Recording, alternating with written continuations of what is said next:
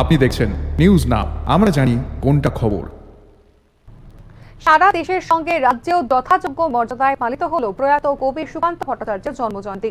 বুধবার উদয়পুর রাজশ্রী কলাক্ষেত্রে গোমতী জেলা বিদ্যালয় শিক্ষা দপ্তরের উদ্যোগে কিশোর কবি সুকান্ত ভট্টাচার্যের ৯৯তম জন্মজয়ন্তী উদযাপন উপলক্ষে রাজ্যভিত্তিক শ্রদ্ধাঞ্জলি অনুষ্ঠানের আয়োজন করা হয়।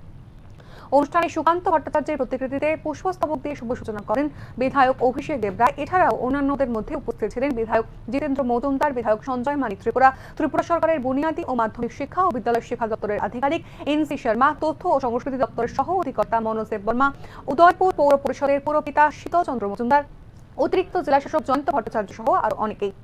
সুকান্ত জন্মজয়ন্তী উপলক্ষে আয়োজিত অনুষ্ঠানে বক্তব্য রাখতে গিয়ে বিধায়ক অভিষেক দেবরায় বলেন, পৃথিবীর সবচেয়ে কম বয়সী কবি ছিলেন কবি সুকান্ত ভট্টাচার্য। তিনি 1926 থেকে 1947 সাল পর্যন্ত অর্থাৎ মাত্র 21 বছরই জীবিত ছিলেন।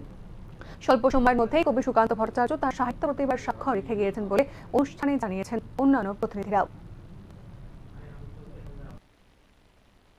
আমাদের কাছে বলবো যে কবি সুকান্ত অসাধারণ প্রতিভাবান ছিলেন।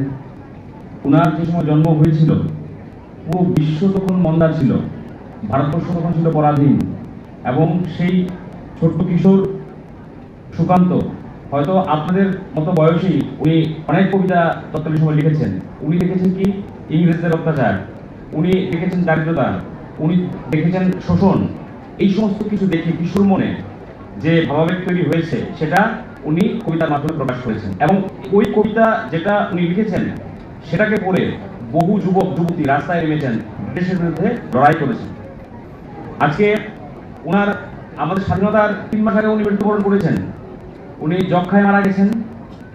বর্তমান সময়ে যদি যক্ষা হয় তাহলে হয়তো মারা যেতেন না বর্তমান সময়ে, কারণ আমাদের চিকিৎসা ব্যবস্থা অনেক অনেক উন্নত হয়েছে। দরিদ্র ব্যক্তি পর্যন্ত আমাদের আয়ুষ্মান কার্ড পৌঁছে গেছে, এবং আগামী 2025 সালের মধ্যে আমাদের ভারত থেকে যক্ষামুক্ত করা হবে। নরেন্দ্র মোদী বলেছেন, ত্রিপুরাও এগিয়ে যাচ্ছে। এবং কবি সুকান্তকে একটা শ্রেণী রাজনীতির রং লাগিয়ে কোনো সময় বাইরে আনার চেষ্টা করেনি, কিন্তু আমরা কবি সুকান্তকে সম্মান জানাই। আমরা এই ক্ষেত্রে আমরা উদারতাকে বিশ্বাস করি, আমরা দেশ ভাবনাকে বিশ্বাস করি, আমরা বিশ্বাস করি স্বাধীন চেতনাকে, আমরা বিশ্বাস করি একটা কবিকে। একটা কবি আগামী দিনে কি হতে পারে সেটাও বলতে পারে। একটা কবি বর্তমান যে পরিস্থিতি তার বিরোধিতা করতে পারে, কিন্তু তার কিন্তু দেশ ভাবনা আছে। ব্রিটিশের বিরুদ্ধে ওই সমস্ত কবিতাগুলো উনি লিখেছেন, উনি দেশকে ভালোবাসতেন। আমরা ওনাকে সম্মান জানাই, এবং আমি রাজ্য সরকারকে সম্মান জানাই যে কবি সুকান্তের এবং এডুকেশন ডিপার্টমেন্টকে এই ধরনের একটা প্রোগ্রাম আয়োজন করার জন্য।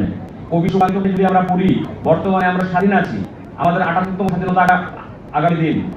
তো এই জায়গায় আমরা যে স্বাধীন আছি সেটা বুঝতে গেলে কম্পারিজন যেটা বলেছে সেটা দরকার।